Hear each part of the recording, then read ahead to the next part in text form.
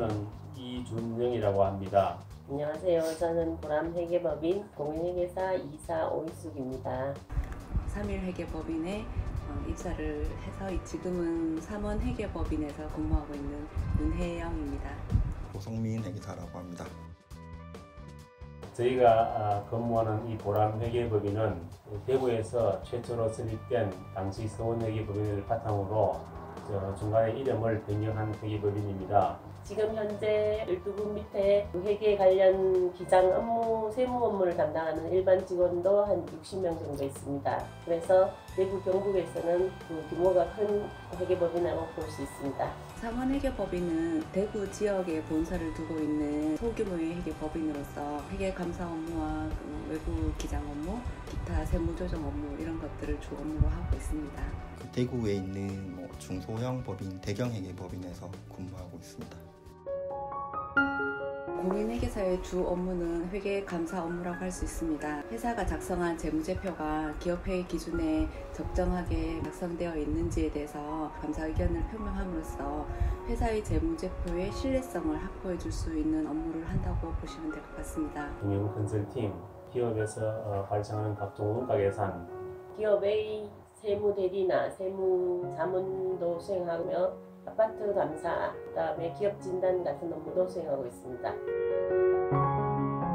꼼꼼하고 예리한 통찰력이 있는 사람이면 좋을 것 같습니다.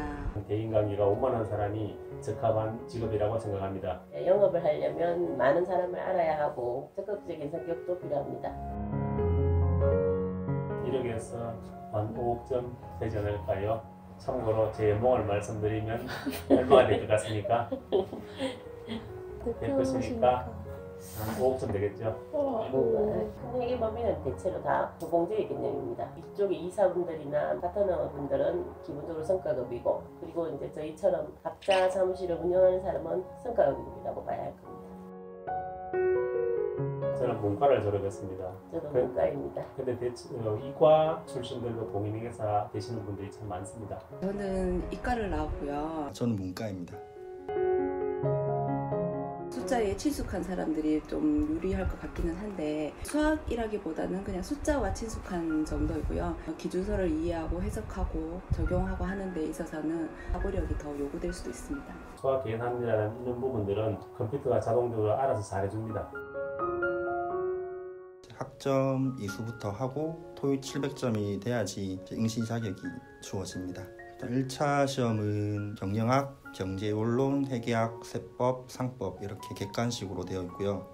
재무관리, 재무회계, 세무회계, 회계감사, 원가관리회계 주관식으로 되어 있고요. 난이도는 일단 저희 1차 시험은 합격률이 한 19% 정도 되고 2차 시험은 1차 시험 19% 정도 합격자랑 유예생 합해서 한 33% 정도 되는 걸로 알고 있습니다.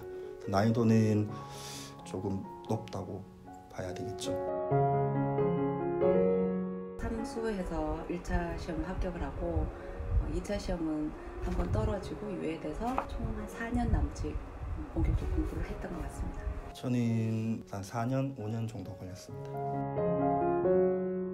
그런 큰 조직의 회계법인들은 뻘도 보고요, 나이도 보고요, 그 다음에 영어도 보더라고요. 회계법에서 요구하는 회계사의 기준이 이제 회계법인마다 좀 다른 건 있습니다. 회계사 시험 합격하면 합격자 뽑기 전에 사전 면접이라고 있는데 이 사전 면접은 이제 서울 쪽 중요 대학만 하고요. 그 후로는 자리가 부족한 경우는 다른 지방대나 이렇게 뽑는데 학벌이 영향을 안 미친다고는 볼 수가 없죠. 세무사라든지 감정평가사라든지 평가서에 따라서 회사의 재무제표를 감사하게 되는 경우도 있고요. 회사가 소송에 연루되어 있는 경우에는 변호사 조회서를 보내서 변호사의 의견을 받는 경우도 있습니다. 종업원 문제나 이런 회계 처리 문제도 있기 때문에 공인노무사들도 촉구하고 있습니다. 12월 31일 기준으로 해서 다음해 3월 30일까지 회계감사를 받고 보고서를 제출해야 되기 때문에 저희가 업무 특성상 연초 연말은 다 같이 바쁜 시기입니다. 비감사 기간일 때는 이제 야근을 그렇게 많이 하진 않는데 감사 시즌일 때는 이제 매일 야근이라고 생각하시면 됩니다. 기업과 거래를 하게 되면은 몇 년 혹은 수십 년간 계속적인 거래 관계가 있기 때문에 새로운 시장의 개척에는 상대적으로 다른 직종에 비해서 부담이 덜하다고 할 수 있습니다. 저희는 직업 특성상 그래도 경제인을 만나고, 그러니까 사업하시는 분을 만나는데 뭐 의사들은 아픈 사람을 늘 만나야 되고, 변호사들은 늘 범죄인을 좀 만나야 되고, 그런 측면에서 긍정적인 생활을 할 수 있는 점이 좋은 점이라고 생각합니다. 일반 취업자나 공무원처럼 같은 분야 한 분야만 계속 일하는 게 아니라 감사도 했다가 뭐 세무 자문도 하고 기업 실사도 할 때도 있고 회생 업무도 볼 때도 있고 컨설팅 할 때도 있고 기업과 관련된 모든 영역에서 일할 수 있다는 게 가장 큰 장점이라고 생각합니다. 재택근무나 탄력 근무가 가능하기 때문에 그 자유로운 시간을 활용해서 업무를 할 수 있는 점에서 유리하다고 볼 수 있습니다. 저희 이번에 대조양 사건이랑 삼바 사건도 있었지만 지속해서 회계 제도에 대한 개선과 투명성을 계속 사회적으로 요구를 받고 있는 상황이고요. 2018년도 11월 1일부터 이제 외관법도 좀 더 빡빡하게 개정이 되었거든요. 저희 회계사 수요는 점점 증가가 될 거고 사회적 위치도 높아질 거라고 생각하기 때문에 그 전망은 나쁘지 않은 편이라고 생각합니다. 제가 회계사 첫 해에 나갔을 때 중간감사와 기말감사 때 회사에서 제시하는 자료 정보가 다른 것을 확인할 수 있었습니다. 증빙 없는 전표들에 대한 가산정비라는 것을 확인하고 그런 경비들은 비용으로 인정하지 않고 주주임원 단기대여금에 대한 감사 범위 제한으로 한정 의견을 표명한 적이 있습니다.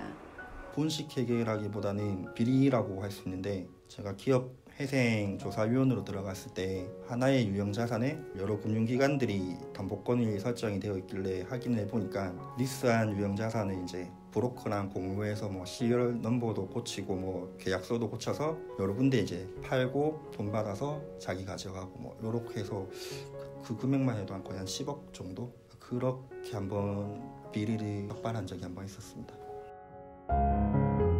중간감사 3일, 재고실사 하루, 기말결산감사 3일 해서 총 일주일 정도로 예상하시면 되겠습니다. 현장 감사는 그 정도 수행을 하게 되고요. 그리고 감사 계획이나 현장 감사 이후에 리뷰 과정 등을 거쳐서 통상 한 2주 정도의 추가적인 시간들을 소요한다고 볼 수 있습니다.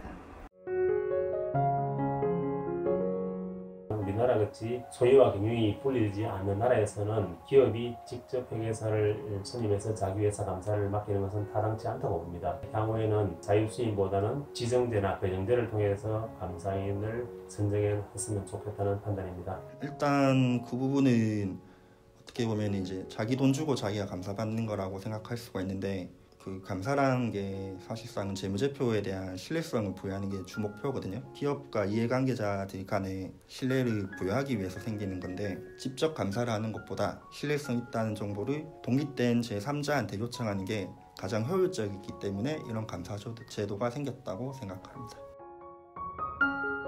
회사가 상장을 하고 싶어서 상장 지정 감사를 해야 됩니다. 근데 이제 저희가 봐서는 도저히 적정 의견을 줄 수 없는 상황인데 회사에서는 이 적정 의견을 못 받으면 상장을 못 하니까 뭐 심지어는 협박까지도 받는 경우도 있습니다. 저희 회계법인 이름이 보람회계법인인데 항상 보람을 느끼고 있습니다. 기업이 상황이 안 좋은데 저희가 이제 도움을 줘서 그 상황이 호전되거나 이럴 때 보람을 많이 느낍니다. 전문직으로서 회계사라고 하면 사람들이 회계사다라고 인정해 줄 때 그래서 뿌듯함을 느낍니다. 공부를 하고 싶다면 공부를 할까 말까 하면 안 되겠나 이런 걱정을 하느라고 세월을 보내지 말고 일단 하려고 생각했으면 자기 자신이 할 수 있는 최선을 다해서 합격하고 난 뒤 생각하시면 되니까 일단 열심히 공부를 해야 됩니다. 경영이든 회계든 이제 자기가 배웠던 거를 실무에서 다양하게 사용할 수도 있고 많은 사람들과 많은 기업들을 만남으로써 경험도 쌓게 되고 다양한 분야에 대한 것을 일할 수 있는 것은 회계사만의 가장 큰 장점이기 때문에 이 정도면은 시험이 난이도가 있다고 하더라도 한번 도전해 볼 만한 가치가 있다고 생각합니다.